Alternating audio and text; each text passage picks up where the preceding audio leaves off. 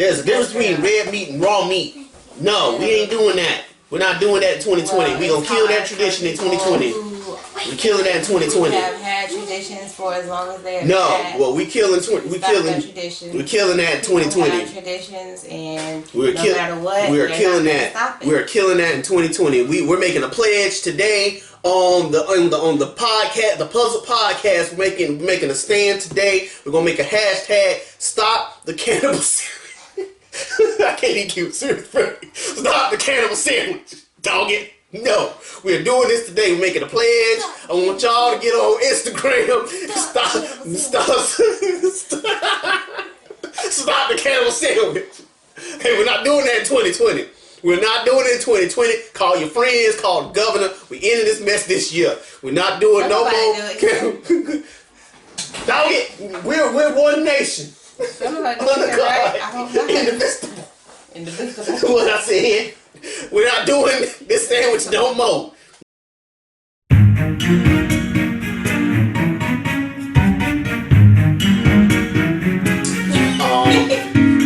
So the puzzle that's on my table tonight is this beauty from Josephine Wall. I do not know the name of it. It's the one I'm working on. And this puzzle box is actually quite faded, so it doesn't really do a lot of justice in terms of what it looks like. But I'll be posting. Hopefully I'll get it done before the end of next week, and I'll post my pictures accordingly. A very beautiful puzzle to be working on. I'm excited about it.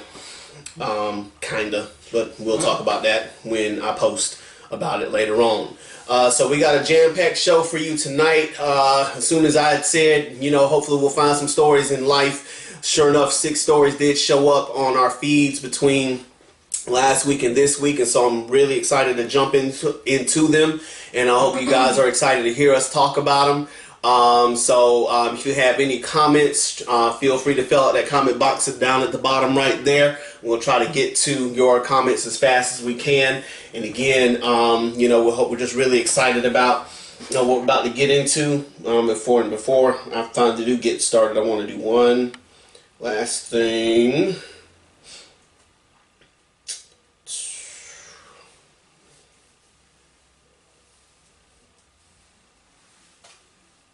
Let's see if it'll let me do it.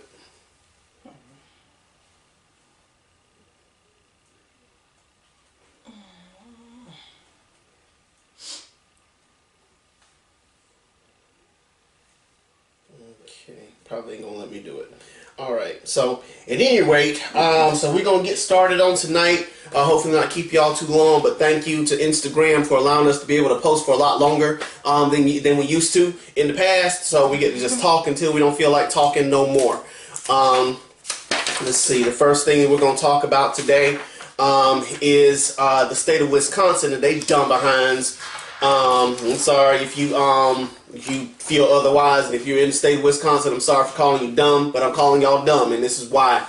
Wisconsin Department of Health warns against eating the cannibal sandwich, a traditional holiday dish in the state.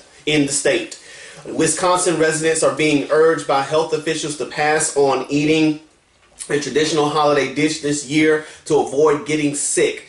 A, quote, cannibal sandwich, considered a holiday favorite in the state, consists of raw ground beef on bread with sliced onions, salt, and pepper.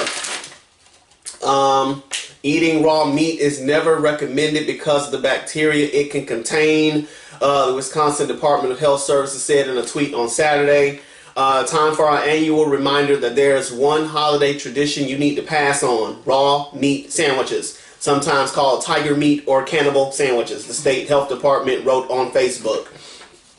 Many Wisconsin families consider them to be a holiday tradition, but eating them poses a threat for salmonella, E. coli, O157:H7, Campylobacter, and Listeria bacteria that can make you sick. And no, it doesn't matter where you buy beef. Says there's hundreds of people in the Midwest who are sickened after eating cannibal sandwiches each holiday. There have been 8 raw meat related outbreaks in Wisconsin since 1986, including a salmonella outbreak affecting more than 150 people in December 1994. They said it's important to know that eating these types of foods is not without risks. I'll let you go first on that. Why? You want to go in? Yep. It's a tradition. Hey, what you gonna do? Like red meat? No? I on a serious note, I wonder, no, okay, I'm not saying this like I want to know how it tastes, but I wonder what they're tasting.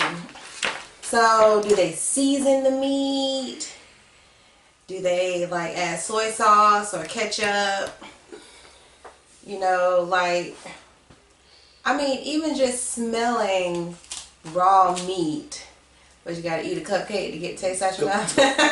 Talk, man. Even smelling raw meat tastes bad, if that makes any kind of sense. Like, I don't, and this has been going on for how long? Years. So does Decades. that mean that the children do it too?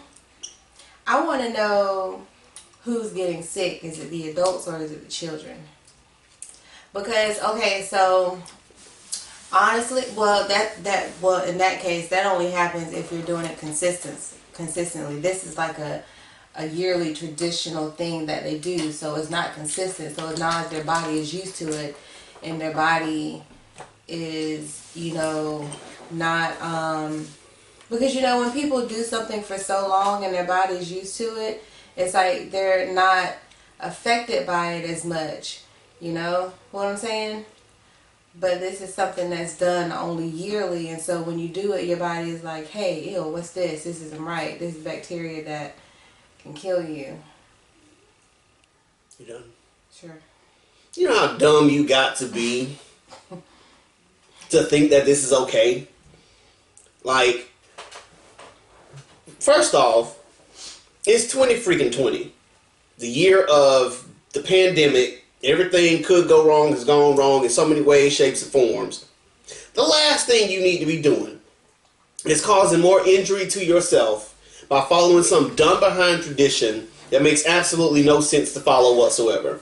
Like, in what world, what universe is a raw hamburger meat sandwich? Why is it tradition though? I didn't even waste the internet usage, the internet kilobytes to find out why it's a tradition. That makes no sense to me, because no one in their right minds would say, hey, you know what we ought to do this year? Let's eat a raw hamburger sandwich.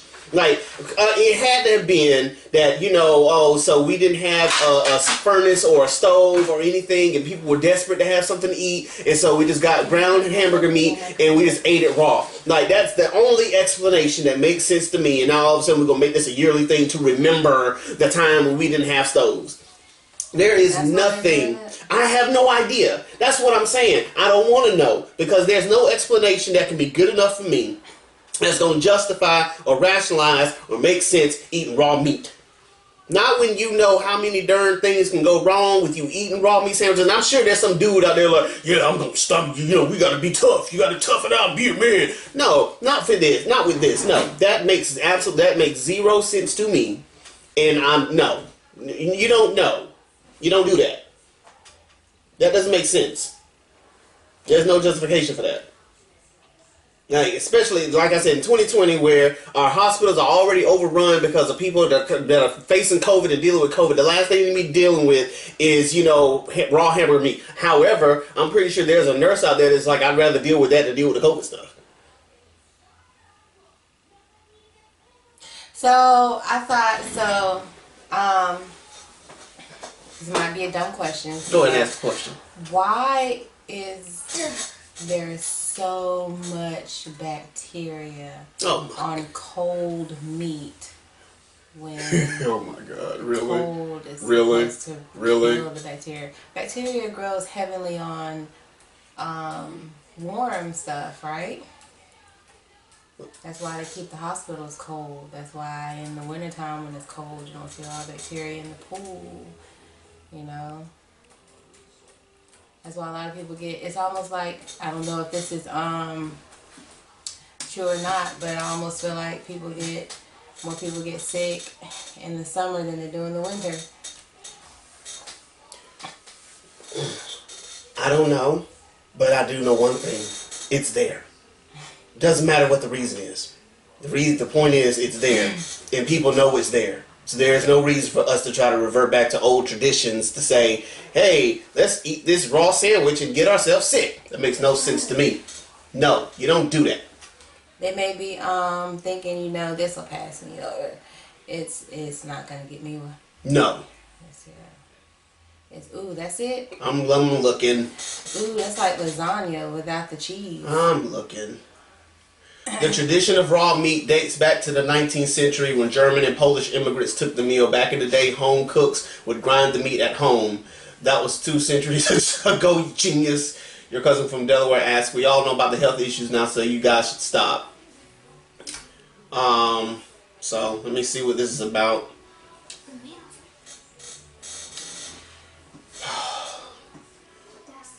So is it just ground beef? Grief? Yep, grief. Ground beef. Is it just salt ground and pepper. beef? Ground beef, That's salt and pepper, bread, That's it. chips. That's French it. fries? No, I mean, sure, you could add some sides to it, but for what? It's nasty. No, you don't do that. Put a French fry in there. So let's do this holiday tradition. You know what? Let's go get some raw meat. Let's go celebrate like the Wisconsinans. And then when we get sick and need to go to a doctor, how many people gonna call us dumb? Who said I wanted to do that? I didn't say you did either. I'm making a point. It's dumb. Stop that. It's 2020. We know better. Stop doing stuff like that, y'all. It doesn't make sense to put raw meat in your mouth and consume it, But you especially. know what? Don't It talk to me about doesn't make sushi. sense. Don't talk to me about sushi. I see. I wasn't even going, but that since you went there, Dog what about it! sushi? Listen, What about there are sushi? some I wasn't even things. gonna go there. There are some things that have been deemed okay to eat raw. For some reason, sushi is one of apparently them. They have deemed that okay. 'cause That it's is not traditionally done. but it is clear for that it is centuries. not okay when you have hundreds of people in outbreaks that have been documented since 1986 or whatever. Sushi too, right? Sushi doesn't get everybody and their grandma sick. It may get one in every blue moon sick.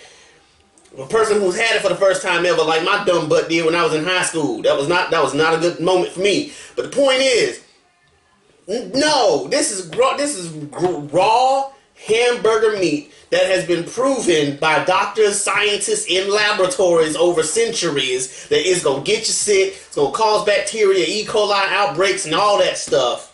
You don't eat raw hamburger meat. I'm sorry, it makes no sense. And if you're doing it, please stop. Don't have our hospitals in Wisconsin already overrun with darn COVID-19, having people come in there with salmonella issues. So are you saying they need to cook it just a little bit? I'm saying they need to cook it. Cook it just a little bit? Cook it enough. Don't be eating no raw ground. Like basically what they're doing is they're taking it out the pack and they feeding it. No, don't do that. No, don't do that. You cook it. You cook it. Make you some hamburgers and French fries. Say red meat's good. No, But not you know- red, not raw meat. I understand red. I understand what that means, but no, there's a difference between red meat and raw meat. That is cute. Aww. Love that. There's a difference between red meat and raw meat. No, we ain't doing that. We're not doing that in 2020. Well, we gonna it's kill that hard tradition in for people 2020. who We're killing that in 2020. have had traditions for as long as they have No, had. well we killing Stop that tradition. we're killing that in People 2020. have traditions, and We're no matter what, we're they're killing not gonna that. stop it. We're killing that in 2020. We're making a pledge today on the podcast, the Puzzle Podcast. We're making a stand today. We're gonna make a hashtag. Stop the cannibal sandwich. I can't even keep it serious. Stop the cannibal sandwich. Dog it. No, we're doing this today. We're making a pledge. I want y'all to get on Instagram. Stop the cannibal sandwich.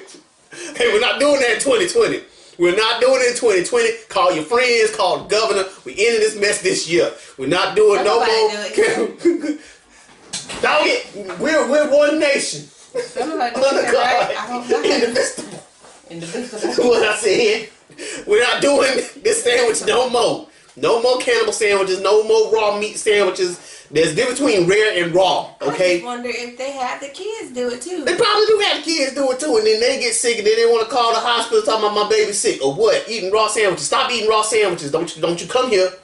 That mess. It's just nasty because It's when dumb. that bacteria gets inside you and it grows and it's just moving around. You just move it around like, hey, well, thank you for the invite. Thank you so much. This is a nice little space to grow and multiply in. Good luck, immune system. Boom. No, we're not doing this to our bodies this year. No more cannibal sandwiches. Kill that mess in 2020. We stopping a whole lot of stuff in 2020. That's one of them. We killing that. Don't do that no more. If you have any questions or comments, fill out that comment box below. We'll try to get to it as fast as we can. You're watching the Puzzle Podcast with Mad Hatter, the Red Owl, and special guest, my daughter Riri. All right, our next story is coming from a whole bunch of places. We're gonna talk. I'm gonna present both sides of the argument today. Barack Obama was criticized for talking about the defund the police slogan in terms of how politicians ought to be, putting that, talking about the campaign that is that's been summarized as defund the police. So I'm going to read both sides of the argument and then we're going to talk about it. Yeah. That's actually what I wanted to do. When former President Barack Obama warned Democrats against using a snappy slogan like defund the police, the backlash from progressives was swift. If you believe as I do that we should be able to reform the criminal justice system so that it's not biased and treats everybody fairly, I guess you can use a snappy slogan like defund the police, but you lost a big audience the minute you say it, which makes it a lot less likely that you're actually going to get the changes you want. Obama told Peter Hamby on Snapchat's Good Luck America earlier this month. Cori Bush, who made history last month by becoming the first black woman to represent Missouri in Congress, tweeted, quote, "It's not a slogan, it's a mandate for keeping our people alive." Jamal Bowman, the newly elected U.S. representative from New York, wrote, quote, "In 2014, hashtag Black Lives Matter was too much. In 2016, Kaepernick was too much. Today, discussing police budgets is too much. The problem is America's comfort with Black death, not discomfort with slogans." It's been 12 years since Obama was first elected, and the misguided hope ushered in by that event that America has become a post-racial society soon gave way to reality. The movement for racial justice took root during Obama's second term as thousands of Americans protested the police killings of Michael Brown, Trayvon Martin, Eric Garner, Al Rosser, Tamir Rice, and others, reaching a fever pitch this summer after another string of highly publicized incidents of police brutality.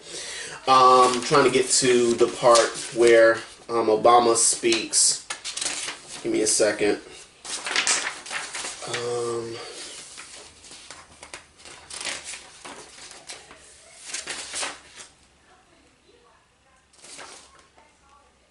Okay. Well, no. Well, I want to make sure to read some so that way you got the full context. We're 6 months out from the protest and momentum has slowed. Where do we go from here? First, it is important to recognize that a true reckoning not only requires a deep collective introspection of our history of structural racism, but also a revolution of values, described by activists such as Dr. Martin Luther King Jr. and Grace Lee Boggs as a shift in our principles toward a more fair and just society for everyone, especially those the most marginalized. Transformative justice is a core value that underpins the BREATHE Act, a piece of legislation authored by the Movement for Black Lives Electoral Justice Project, which seeks to mobilize voters to support their legislation and like-minded candidates. The BREATHE Act tackles the multifaceted, such as militarization of police forces and surveillance programs that plague policing, problems that plague policing, by seeking to divest federal resources from incarceration and law enforcement initiatives. Obama, no. That's not.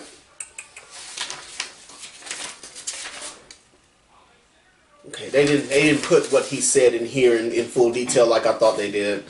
But anyway, this person says, this person who is Austin McCoy says, instead of criticizing the slogan defund the police or casting progressive policies as unrealistic, Democrats should focus on common ground. Police killings are a problem, and we expect law enforcement to solve two wide range of problems. We've tried making reforms, but the problem of police brutality is an urgent and persistent one that requires a bold vision of structural change. And the strategy must match our vision and values. The political budgets are moral documents, then divesting heavily from institutions that have the capacity to perpetuate harms is the moral thing to do. Okay. So I'm going to hold off on that and then read the other side of the argument. Barack Obama was right. Defund the police is an ineffective, snappy slogan. Can we all just be adults and acknowledge that Barack Obama was right? Defund the police is a snappy slogan, and it's a dumb thing to say for anyone legitimately seeking police reform. You lost a big audience the minute you say it, which makes it a lot less likely that you're actually going to get the changes you want done, Obama said. Here it is. But if you instead say, quote, let's reform the police department so everyone's treated fairly, suddenly a lot of folks who might not otherwise listen to you are listening to you. In response, the Black Lives Matter PAC has launched a website, snappyslogan.com, saying, if you're worried about whether defund the police, there we go. If you're worried about whether defund the police is the right slogan, you are part of the problem. And now we have otherwise goal-oriented black people and their allies of other races getting pulled into a distracting tit-for-tat instead of attacking the actual problem, police brutality. President Obama thinks you lose people with snappy slogans like defund the police. Our movement believes when leaders waste time criticizing a hashtag instead of talking about stopping murders committed by law enforcement and white supremacists, we lose black lives.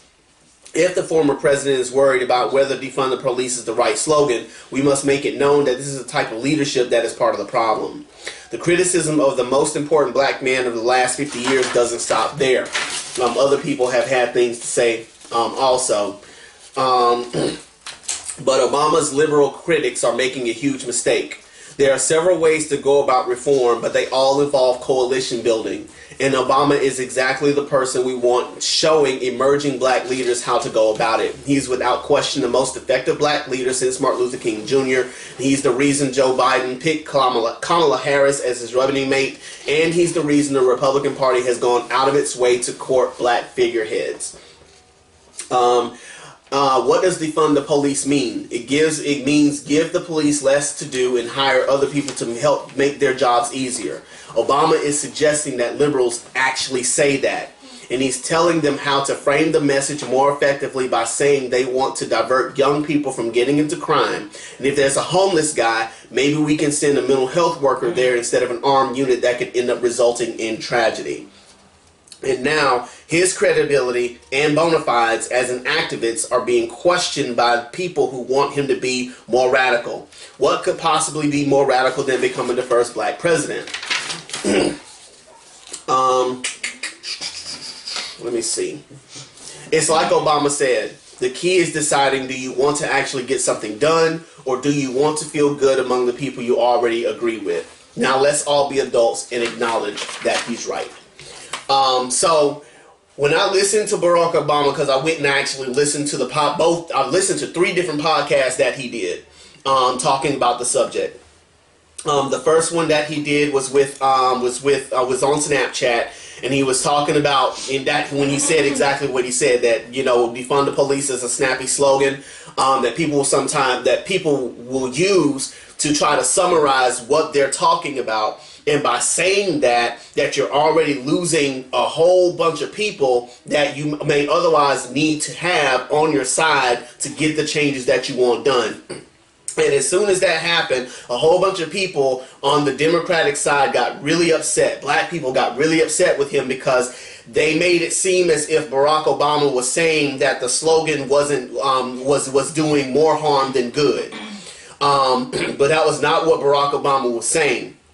And he went on the Daily Show and said in response to everyone's comments that what people are failing to understand is that you cannot make change happen just by activating one side of the coin. There are multiple sides of the same coin that people are going to have to fight in order to get the things you want done. If everybody is jumping on the quote defund the police campaign, then you're not gonna have enough people who actually know how to do the underground work to get on the sides of those who may actually help you get what you want, because they've already been turned off by the swath of people who keep saying the phrase defund the police, which they don't like. And so Barack Obama's position was that as a politician, if you're going to win people who are on the other side, especially those who are already opposing you and your views by virtue of being either black or Democrat or whatever, then if you use these slogans that they also don't like, it's going to make it that much more difficult to get them to work with you on getting the things you need changed, especially if they are the majority. And so, I'll let you go. So, the way I feel about it is, we always say, it's not what you say, but it's how you say it. And a lot of slogans, sometimes that we see or come up with, sometimes a lot of people are not going to hear them because of the way it's presented. Mm-hmm. And so, people are rightfully so angry and wanting to do things and wanting to come up with solutions for all of this. But just like those who are trying to tell others with all that had went down, with burning stuff up and polluting and stuff like that, to not do it that way because it's not going to be heard that way. It's almost like, and it's not always true, but a lot of times you can't fight fire with fire. Mm-hmm. Sometimes you have to go at it a different way. And I think sometimes when we, and it's not just, African American race, but, mm-hmm. A lot of times when we get upset with something or about something, I don't know if it's that we sometimes don't know how to deal with those emotions, so they come off as angry black man, angry black woman. Mm-hmm. So that's how I feel about it. It's not, I get what people are wanting to do and what they're wanting, but it's not, it's how you present it, it's how you say it. Mm-hmm. And I'm even learning this in, my career. There's a problem, yes, and you're gonna get angry or you're gonna get mad about something, but when you go to someone, don't always go with them with just the problem and that you're angry. Try to come up with a solution for it as well. Mm-hmm. And so I want to be I want everyone to be clear. There are solutions. And so when defund the police is said, it is a summary. It is literally a summary. It's not, I can't even use the word summary. It is a short, tiny snippet of a robust plan of how to, quote, reallocate funds from law enforcement and divest them into other areas that will help to manage issues that law enforcement doesn't need to deal with right away. So is it that people are getting or are staying angry because they're not seeing it happen fast enough? Correct. And they're not seeing it. They're not seeing it happen in a way that makes them feel okay. What are we always saying? That once you're done with one fight, you're going to pick up another fight. We're never going to be satisfied because there's always going to be the next fight, the next thing that we got to pick up. And so, when it comes to defund the police, when it comes to trying to deal with the issues that are going on, there was something that Stephen A. Smith said that, I was like, my dog, thank you. Somebody said it. Mm-hmm. Everybody is not going to fight the fight the same way. Mm-hmm. Everyone can't, and we said this even on a podcast one time, I can't say certain things on Facebook and on Instagram the way that I would like to because of where I work. because of who I work for. I work for the government. And so I can't say or do things the way that I feel to do them right away, because if I do, I might lose my job. And that means I'll lose my livelihood, we'll lose our house, the whole 9 yards. And so I can't get on these, I can't even get on my podcast and really say how I feel about certain things certain times in the heat of the moment. Now, I can come and say it in a measured way that, you know, is balanced and fair, but I can't get in here the second something happens and be like, "Urgh," because if I do that, then, you know, my job may see it and be like, oh, no, you can't do that. But I can still fight the fight. I just can't fight the fight the same way an activist can fight the fight. Someone who is marching on the street, the person who's marching on the street saying things about defund the police needs those who are in government positions, leadership, to the Congress, state senators, state representatives, the president even. You know, we need those people to fight the fights that we can't fight. And if they use these slogans, defund the police, and things like that, the people that they need to help pass legislation who hate these phrases are going to be less inclined to help them when the rubber meets the road. And sometimes it's not even about them not wanting to help them. It's that their constituents, the people who voted for them, if they see that they passed a piece of legislation that's like defund the police 2020, then the likelihood of them getting voted in again is not going to happen. So, and Barack Obama even said it himself. He said there were people who wanted to get behind me on so many things that I wanted to do when I was in office. But they told me if I put my name on this piece of paper, then my constituents are going to read me the right act. And be rest assured, I'm not going to get voted for in the next year. I can't support this. Not because I don't want to, but because I want to be here. And so they chose the party, they chose their state, they chose their constituents over doing the right thing a lot of times. And this is no different. People know what the right thing is, and a lot of Republicans or whoever, they would love to get behind things that would help further advance, you know, all people, black, white, purple, pink. But they know that their constituents in a lot of red states, for instance, are gonna look at them dumb if they sign a piece of legislation saying defund the police, or if they support someone whose marching statement is defund the police, let alone people who just don't like it. And so Barack Obama was simply saying, and that's why I was like, I wish people heard this a little bit better, but you know, people gonna be people. But Barack Obama was saying, you gotta let a politician be a politician sometimes. That you can't, as politicians, we can't jump on every snappy slogan that comes across our desk, even if the slogan is a metaphor or a summary of something much bigger and something that we need.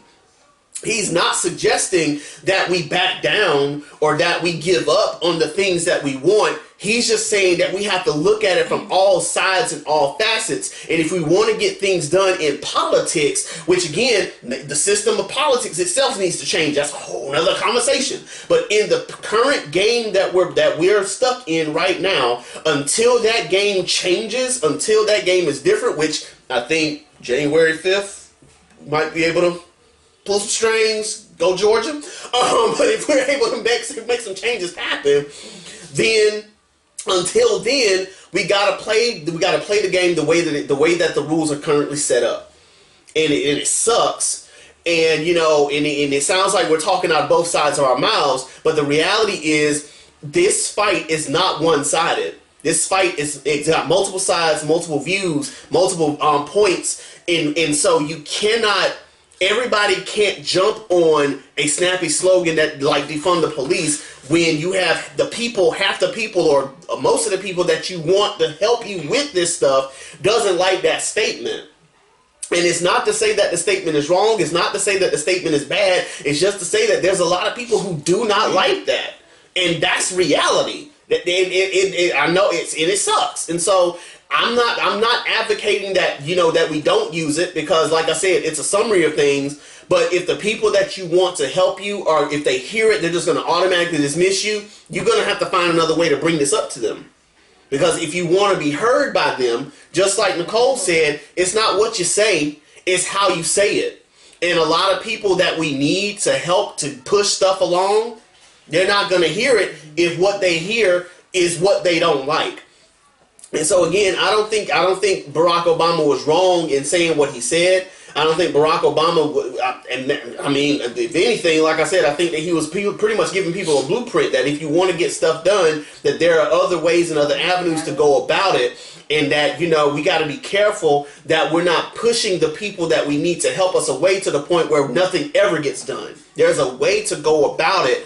But, you know, saying things like that because of the way that politics works, this might not be the best solution. It's a solution, but it's not the best solution. Oh, I thought you had something else. All right, if you have any questions or comments, fill out that comment box below, and we'll try to get to it as fast as we can. You're watching the Puzzle Podcast with the Mad Hatter and Red Owl. So, on Sunday, a Detroit Lions center fractured his throat during a football game. Frank Ragnow approached quarterbacks Matthew Stafford and Chase Daniel early in Sunday's loss to Green Bay and told them they would have to make the line calls the rest of the game. Ragnow could barely talk. At the time, Daniel thought it was funny. No one knew until the next day how bad Ragnow's injury was. Did he know? At some point in the first quarter, the Lions starting center fractured his throat.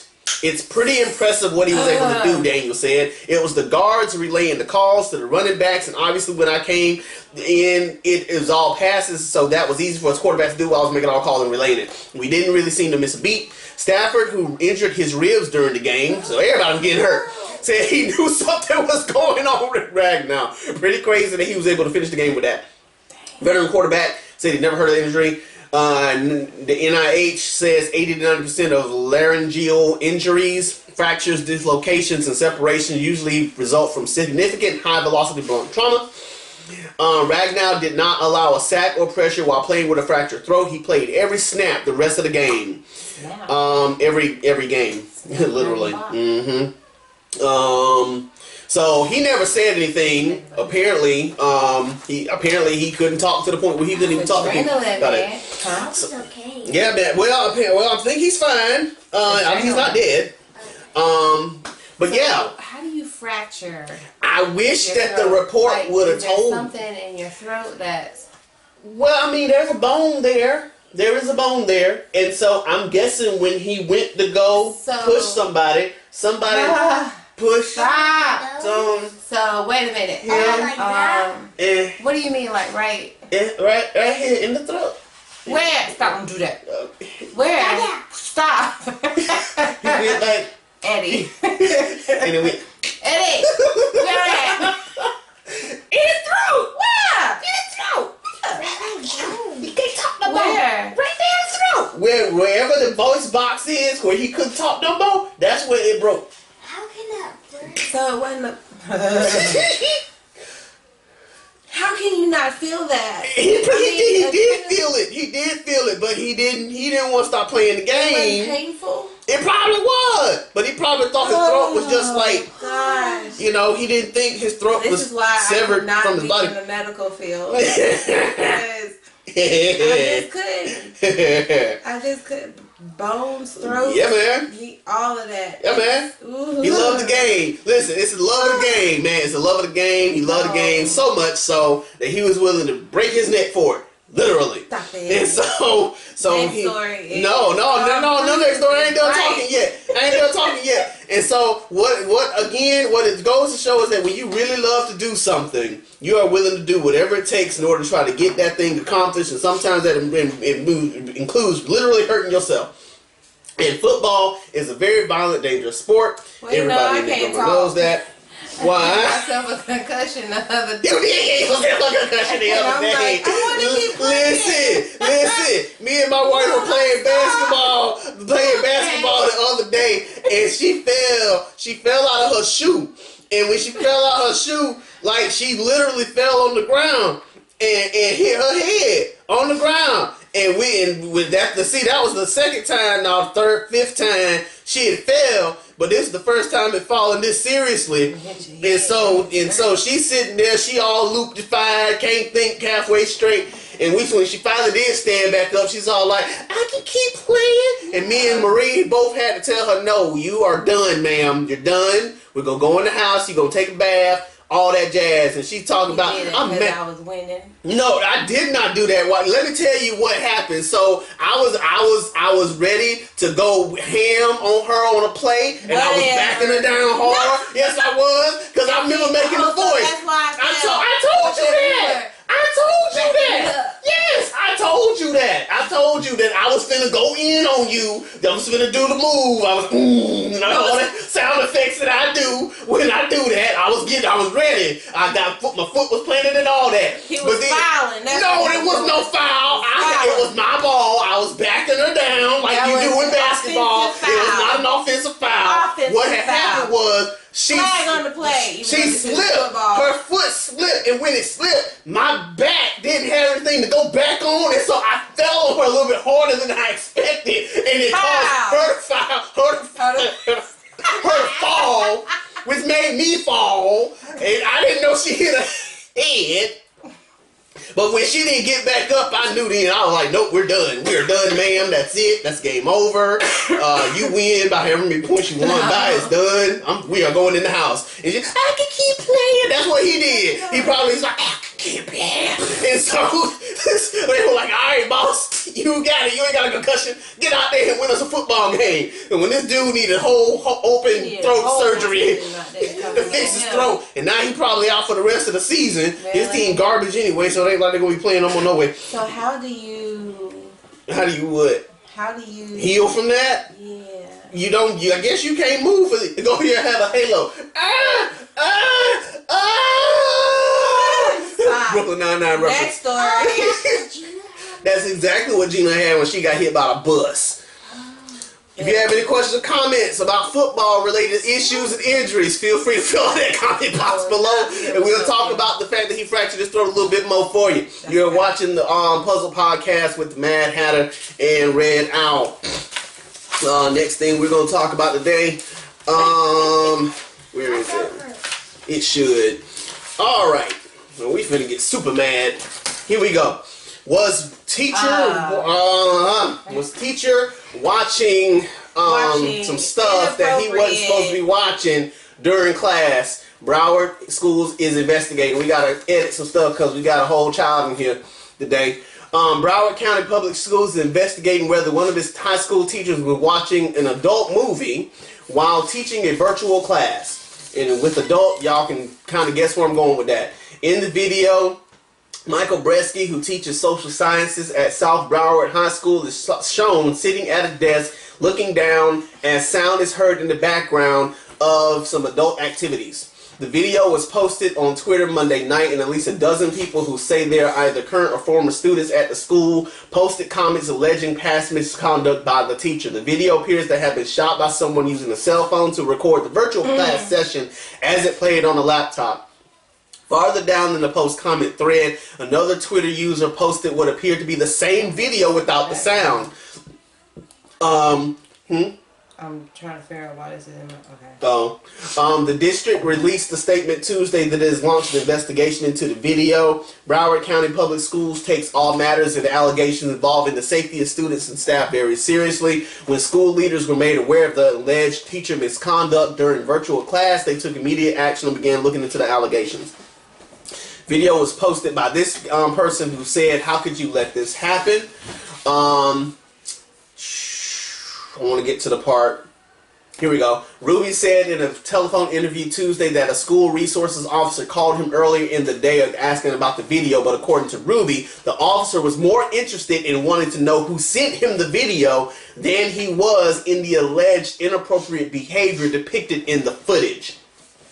It would seem to me, quote, the police officer would have more questions about Mr. Bresky's behavior and not about the student who sent the video.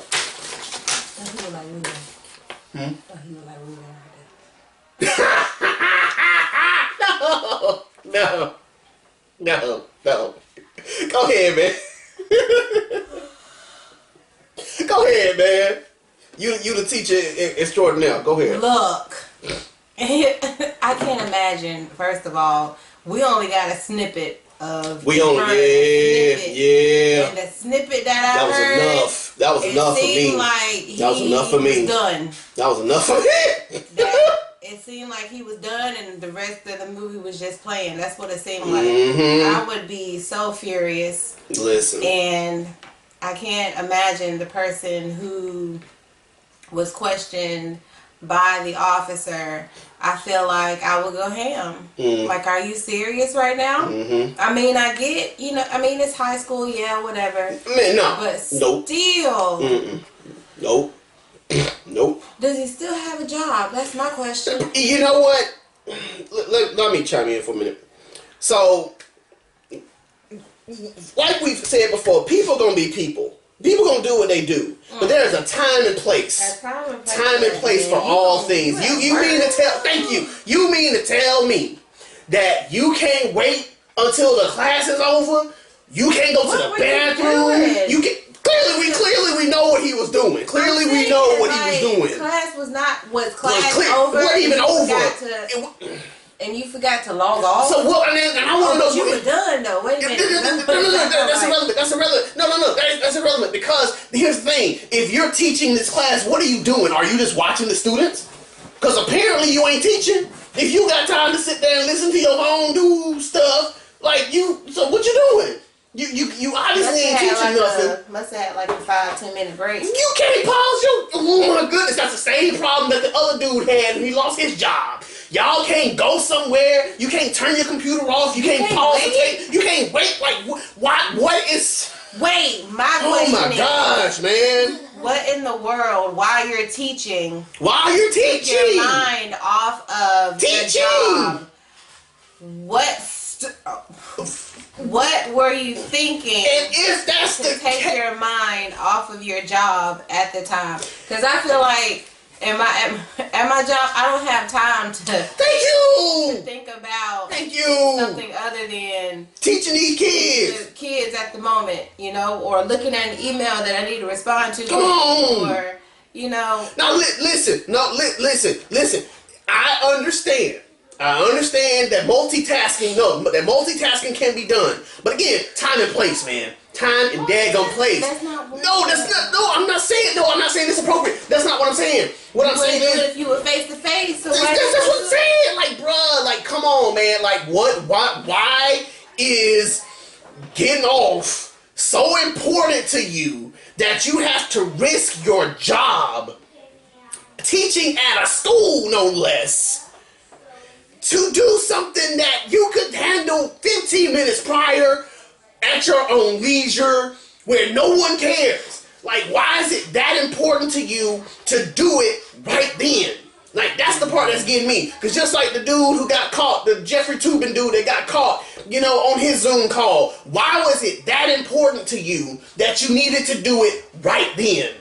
You ain't have no other time. You could watch stuff. You ain't have no other time that you could send text messages. You ain't have no other time you could send stuff. Maybe it wasn't there.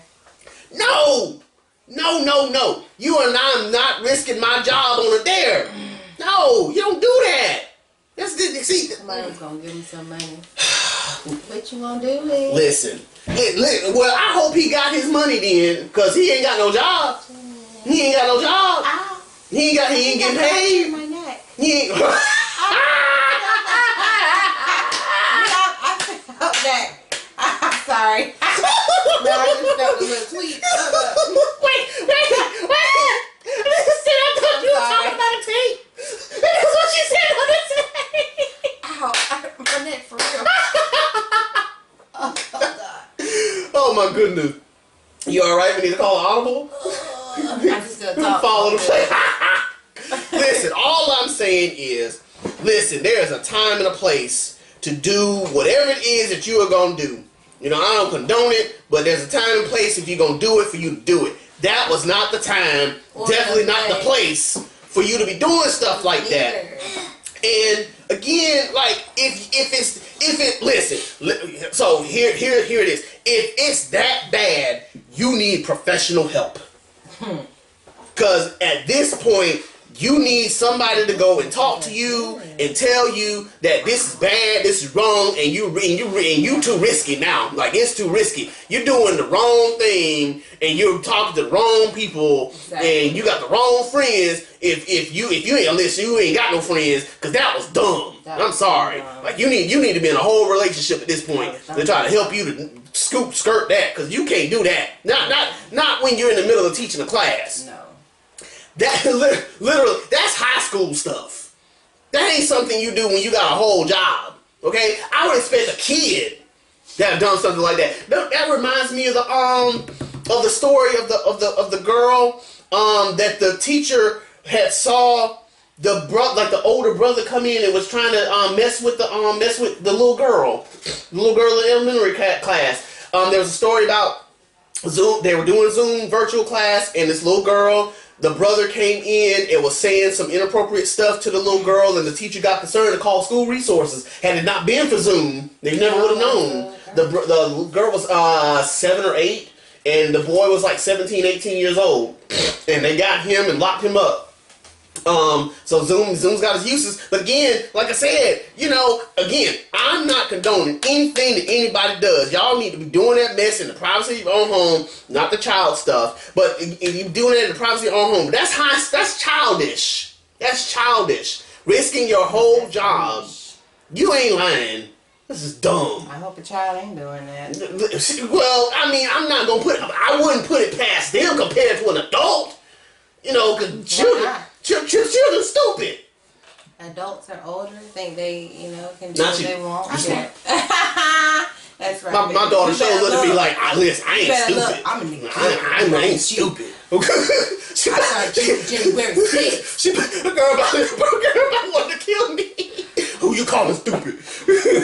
But anyway, all I'm saying is, I wouldn't expect it out of a child, but if it happened, I could understand it coming from a child more so than I would from a grown person who got a whole job, and their job is dependent upon them being on screens with other people. People dumb. Clearly people are dumb. Yeah. Come on, man. People are dumber and dumber as the days go by.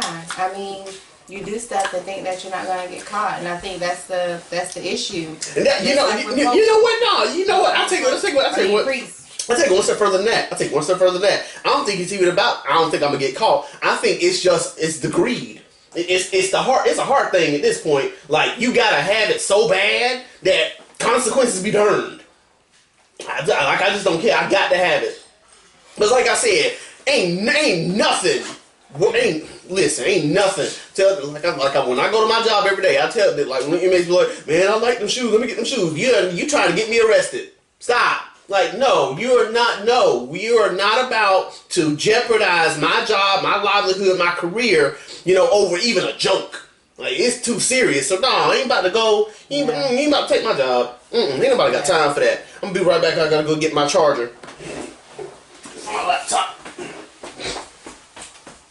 Run, Eddie, run!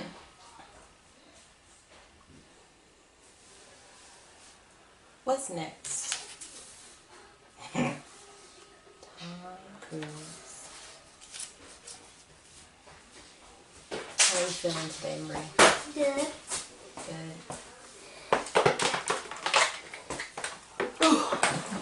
Probably wind up dying before I get back over there. You might be okay. I hope so. I just said around. That's the first thing to pop up. Yeah. Usually give you a few chances. Okay.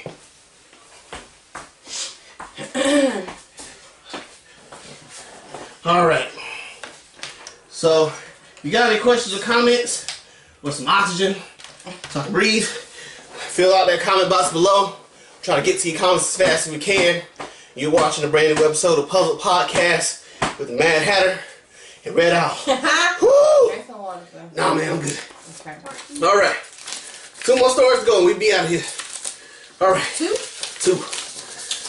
All right. All right. Christopher Nolan, key Warner Brothers director, blasts the studio over release strategy. Summarize this. Christopher Nolan, whose professional relationship with Warner Brothers dates to the 2002 thriller Insomnia and includes the blockbuster Dark Knight trilogy, was in disbelief over the move, which jolted Hollywood, heightened anxiety over the future of movie theaters. Let me back up. Tenet director Christopher Nolan, who's been making movies for Warner Brothers for almost 20 years, railed against the studio in a pair of interviews Monday over its decision to release its entire 2021 slate simultaneously in theaters and on the streaming service HBO Max. They've gotten some of the biggest stars in the world who worked for years in some cases on these projects very close to their hearts that are meant to be big screen experiences. They're meant to be out there for the widest possible audiences, and now they're being used as a loss leader for the streaming service without any consultation. He ramped up the criticism on The Hollywood Reporter on Monday, saying some of our industry's biggest filmmakers and most important movie stars went to bed the night before thinking they were working for the greatest movie studio and woke up to find they were working for the worst streaming service. Really? Nolan, whose projects for Warner Brothers also include Inception and Dunkirk, is a staunch defender of theatrical moviegoing in the age of at-home streaming. He's also one of the marquee filmmakers in Warner Brothers, a brand-name director who delivers both box office riches and critical acclaim. Warner Brothers, in 2014, the Oscar-nominated director wrote that the big screen exhibition is to the movie business what live concerts are to the music business, and no one goes to a concert to be played in MP3 on a bare stage. Warner Brothers released Tenet in U.S. theaters in September after 3 days, making the espionage thriller the first and only big-budget Hollywood production to debut in multiplexes after they've been closed for roughly 6 months because of the coronavirus. Warner Brothers is taking a different approach to the 2021 calendar, announcing last week that 17 movies would arrive in traditional theaters at the same time they land on HBO Max for 1 month. The new hybrid model is a dramatic departure from Hollywood's standard operating procedure, where movies are released in windows, theatrical exhibition for an exclusive 90-day engagement, followed by rollouts on other platforms. In key markets such as LA and New York City, most theaters are still closed. Warner Media CEO Jason Kilar said in an interview Thursday with CNBC that the company's decision was tied to the grim reality of the pandemic. That's why we're doing it. We haven't spent one brain cell on what the world looks like in 2022. I have conviction that for the next several decades there will be a very large volume of consumers worldwide that will, on any given night, especially Friday or Saturday night, to go out to a theater and be entertained by a great Warner Brothers movie.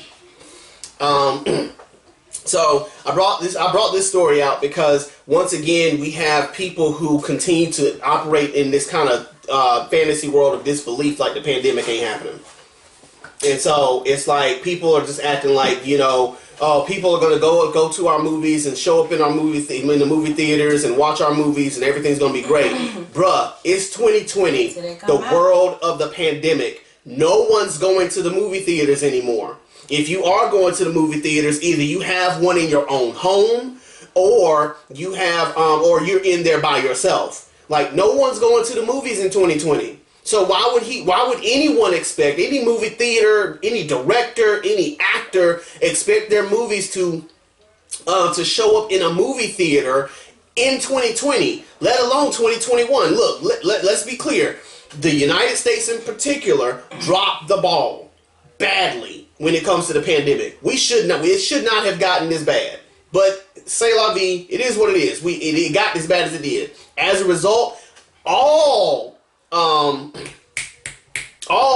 companies, all organizations, all institutions, all whatever, everything got affected. Every single thing got affected. Now, some things got affected for the better. Amazon, streaming services, Netflix, Hulu, HBO Max, Cinemax Max, whatever. Those things, all your internet services, those things are skyrocketing. Walmart, skyrocketed. Because they were set up for an internet-driven world. You see now, everybody's on Zoom. Before COVID-19 happened, Zoom even said it. They were not anticipating the number of people who were going to end up using their product. So they didn't build for it. They weren't prepared for it. So when problems started to rise, they were like, why is this a problem? Oh, snap. No, for real. They were like, no, it wasn't no. They didn't look at it as an opportunity. They were like, oh, snap. We got a problem. How do we solve this? Because they weren't built to do. Zoom, for example, they would put like the ID number of the room that you're in the top screen. They will put it on the screen. It will be there for people to see. Because people started screenshotting it and then sending it, they were literally giving addresses of people's Zoom meetings to the public.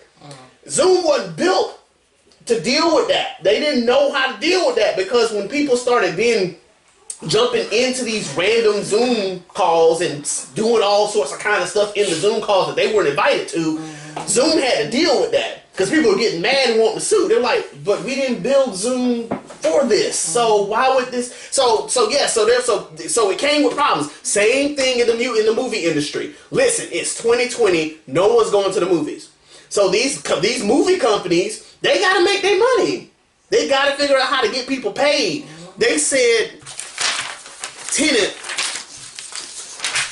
Tenet has made $360 million worldwide, right? But it cost $200 million to make, and they only made $60 million here. Now, had this movie actually shown up in theaters like it was supposed to, they would have made $750 million on the first weekend alone. Well, okay, let me not say that. Let me not say that, because that's not what I wanted to say. They would have made $750 million in like a month, if not 2 months' time, because that's how good the movie is. Not that I've seen it, but I've heard a lot of great things about it, and I want to see it. Tenet, yeah, I want to see it. But yeah, you can't expect in 2020 that any movie is gonna make that kind of money. Like, it's just not gonna happen. And so thank you. And all that Warner Brothers is trying to do is to make sure let's still get people paid. Let's still, with this movie cost $200 million to make. Let's make sure these people get their money back. You know, I don't want this movie to flop. You know, this movie is good. You know, let's make sure people see it. And you can't stop an entire year's worth of movies from getting put out. You know, Wonder Woman got pushed back 3 times. We're still waiting for Black Widow to come out. And a whole bunch of movies. Eternals was supposed to come out this year. That didn't come out. Shang-Chi and the Legend of the Ten Rings. That was supposed to come out this year. It didn't come out. So, you know, you can't get frustrated, you know, with an industry that's looking out for you, no less, looking out for trying to get you paid, sir, trying to get you paid, ma'am. You know, all this, oh, you're messing with my creative process. Bruh, you worried about your creative process, you're trying to get your money. Because at the end of the day, you still got to get paid. No one could have predicted 2020 was going to happen, okay? And so... yeah, so you got a lot of people, a lot of businesses, they were banking on 2020 being just like 2019. They were not prepared for a pandemic to slow down, if not stop altogether, production of anything. So you got a lot of people who, they were banking last year, but this year they filing for bankruptcy. Like, that's how bad it was from year to year, because they weren't prepared for anything like this. Shoot, we weren't prepared for anything like this. It's all about the grace of God that we are where we are. Oh, man. Okay. What? Well, maybe it's still playing, but not playing. But at any rate, but yeah, you had a lot of people that were not prepared. And so at the end of the day, like, be grateful that these jokers are still trying to get you your money. Because they could easily say, well, you know what, sir? We just ain't gonna show your movies. How about that? Yeah. We'll wait for 2022 if the pandemic's over. Yeah. We'll wait for that. And then we'll show all your movies. The first time on the big screen. 2021. That's what I'm praying for. I'm praying February. Like playing. February 2021. Doggone it. That's what I'm praying for. It is. You know? But again, at the end of the day, all we're saying is, man, be grateful to get your money. Because they could easily say, well, you know, we can't get you your money, you know, so we just going to not show your movie since you feel that bad about it. How about we just not pay you? How about that? How about we not put your movie out? If you got it like that, you sit at home and you wait for another 2-3 years for the movie you made back in 2019 to finally come out in 2023. How about that? How about we do that? When everybody feel good going back to the movies again.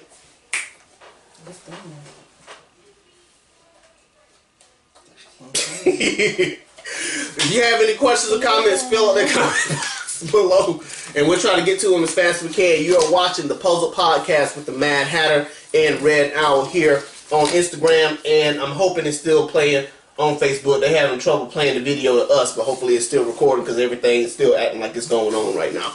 The last story, my boy Tom Cruise. I am so proud of him. You know, he got a reputation for being kind of crazy, but I thank God for this man today because he's trying to make sure that my Mission Impossible 7 still comes out on time, and he gonna do whatever it takes to get done, and I'm so proud of him. And if anybody say a bad thing about him, I'm gonna punch him in the throat. I'm gonna punch him in the throat. They're gonna get punched in the throat. Let me tell you why. You're gonna fracture their throat. I'm gonna fracture their throat. That's right. They're gonna be, and they can't talk no more.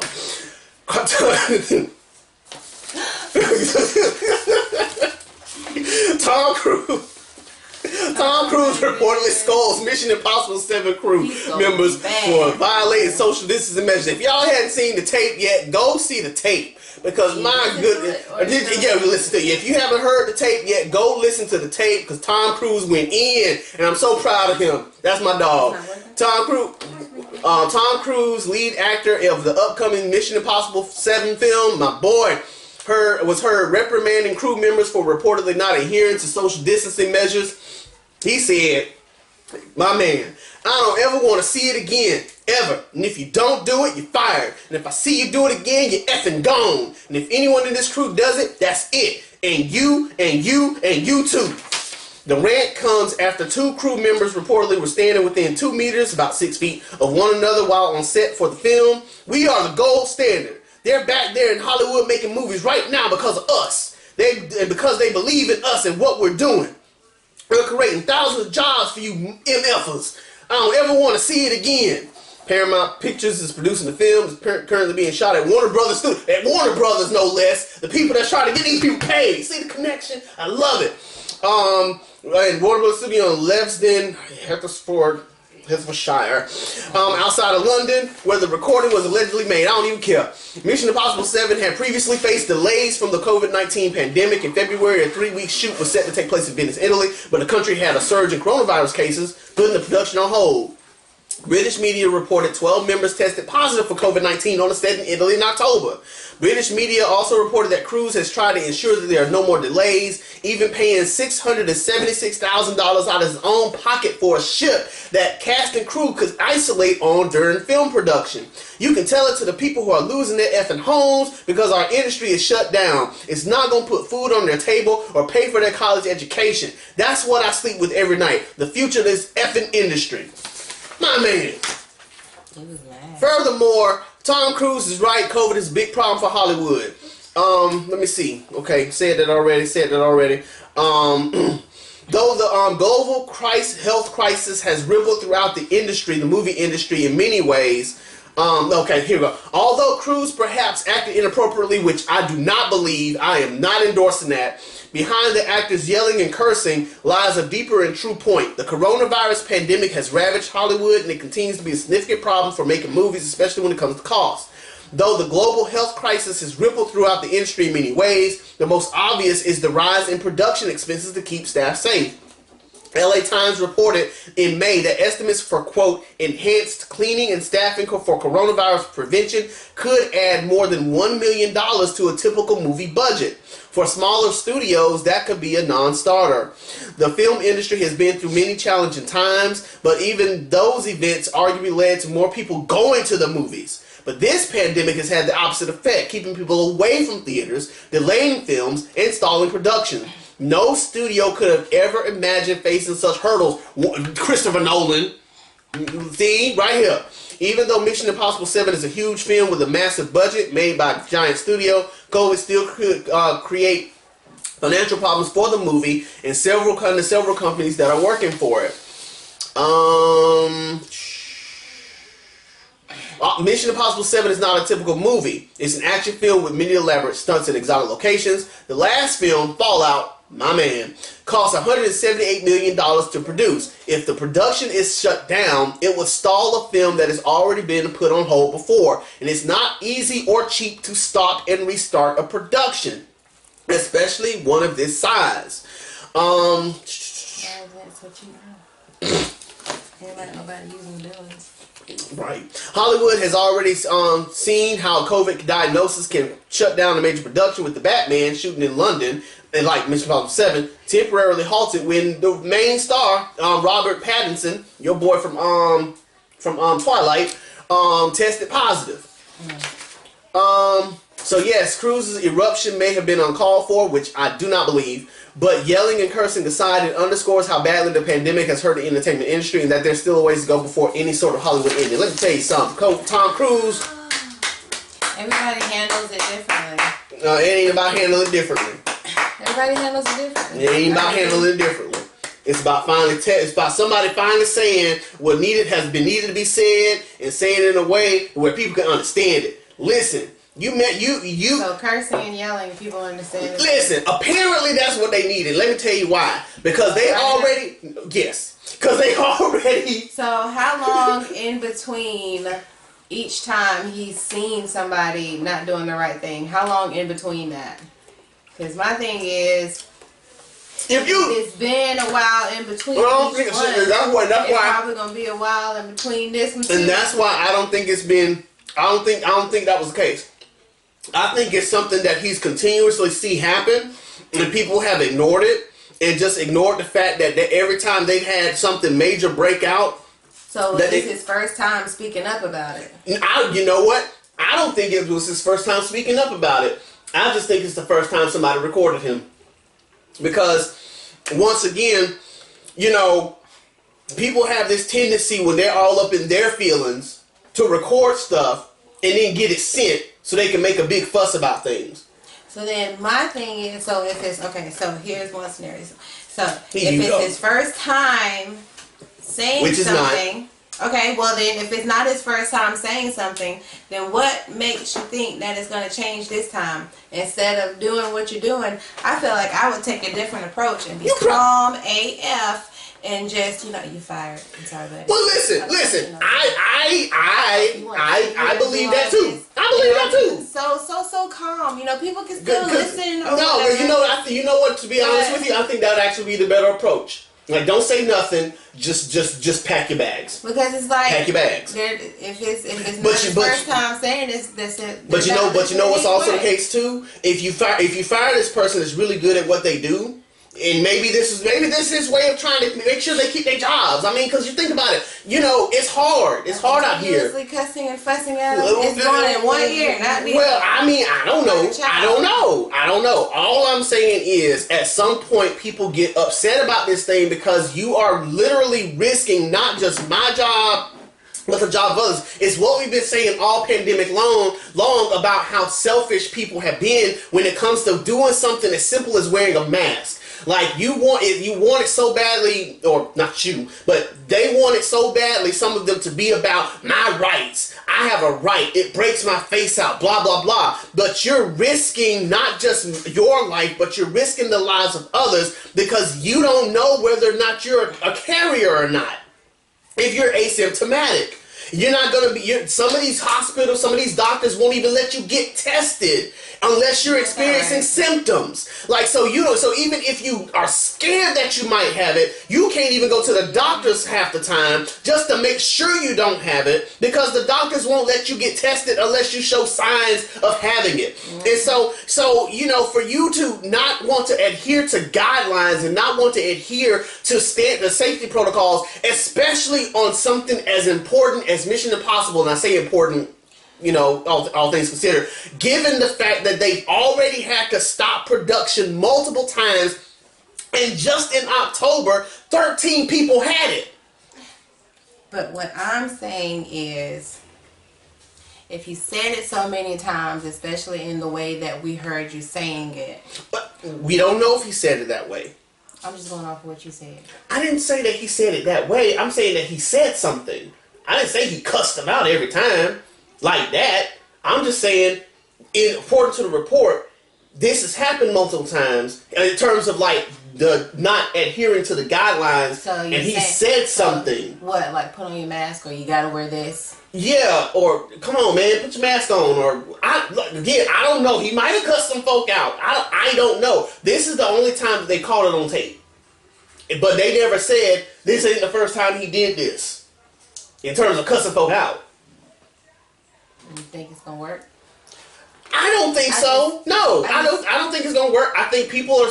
I don't, because I don't even know the circumstances in which they had to be close. Maybe they were in a situation where they had to be. We don't know. All we know is he went in because they weren't being because they were too close. But at the end of the day, no, I don't think it's gonna make a difference because, excuse me, people are still selfish. People are still dumb. People still gonna do what they want to do, think how they want to think, feel how they want to feel, and you could be Tom Cruise and people still don't care.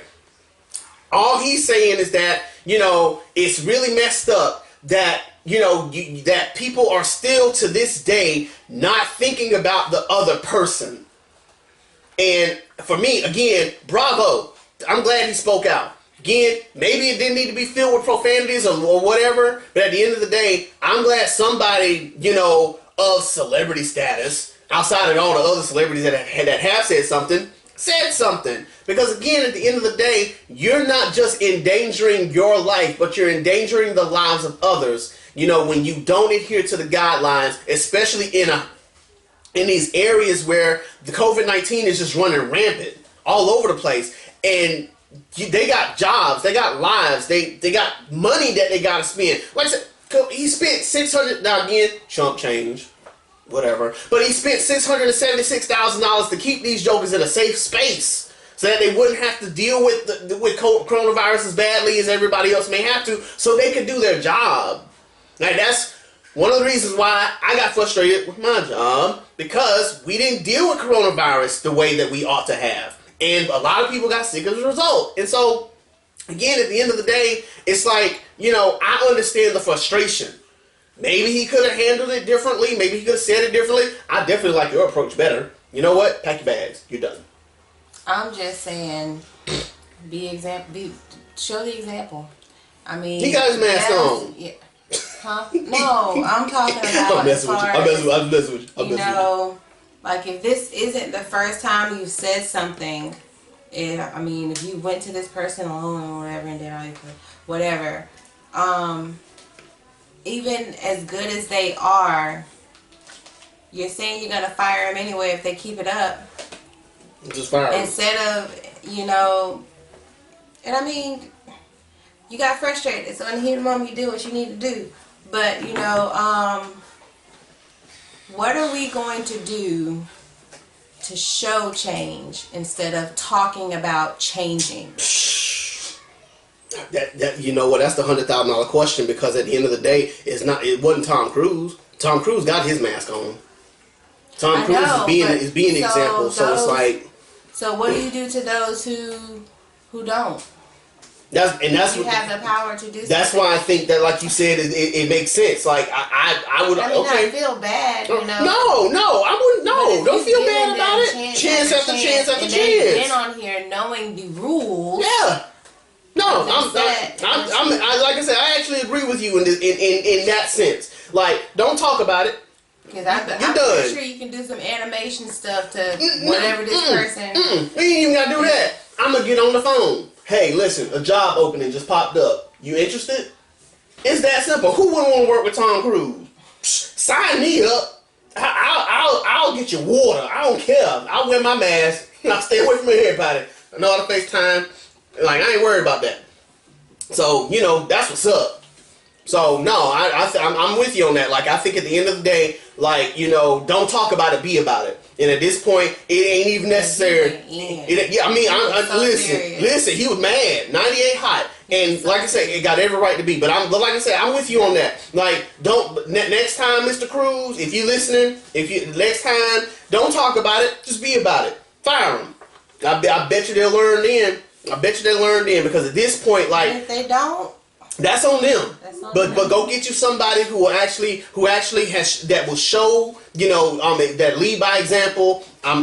This ain't just about me. This is about all of us. We here to do a job. We're gonna keep each other safe, keep each other protected, because doggone it, we want to make sure we get home alive. We get home well. We ain't got no COVID problems after everything's said and done. I think it can be done. So yeah, like I said, I'm glad he stood up.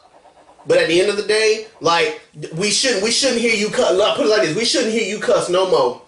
The next story we ought to hear is Tom Cruise fired 5 people off his set today because they got mad at him for cussing at him, but not realizing that he was cussing because he was passionate, and they ended up staying too close. He saw him and he fired him because he the man and he can do that. Tom Cruise, you the man. Proud of you. Keep doing what you do. Hurry up and get my movie made, because doggone it, I will go see that movie in theaters by myself, not with nobody else. By myself. I don't want to do that. No, I'll watch your. I'll get HBO Max just to watch your movie. I don't care what Nolan feel like. We just on demand. No, I mean whatever, wherever it's at. I'll do DirecTV, Hulu, listen, Netflix. I'll do Redbox. I don't care wherever it's at. You just make the movie. That's all I care about. Just make the movie. I got my plasma on the wall. I'll watch a movie. I got the surround sound. She can't stand it. I got the surround sound. I got it. I'll watch your movie. Just hurry, get my movie made, man. I've been waiting on 7 and 8, 9 and 10 if they come out. I don't care. Favorite movie, Fallout. I'll watch it all day, every day. Y'all got Lauren Boff doing the soundtrack again, because his music bomb. Whatever it take. Y'all wear your mask so I can get my movie out. That's why I'm really mad. Y'all don't stop delaying my movie, dog. I want to see the movie. Alright, thank y'all so much for watching. Really appreciate you. It's been an interesting week of stuff. We're going to peruse the internet waves, and if we find enough stories to talk about, we'll come back here next time, and we'll find some other stuff to talk about. It's been a great day. Y'all be good to one another. Wear your mask. I don't care how you feel. Wear your mask. Protect yourselves. Protect others. And always remember, if you can't see the difference, go be the difference. If you can't see the change, go be the change. Because at the end of the day, you can make the difference that ends up helping other people to be the difference. Love y'all. Y'all have a great rest of y'all's night. We'll see y'all on the next episode of Puzzle with the Mad Hatter and Red Owl. Peace out.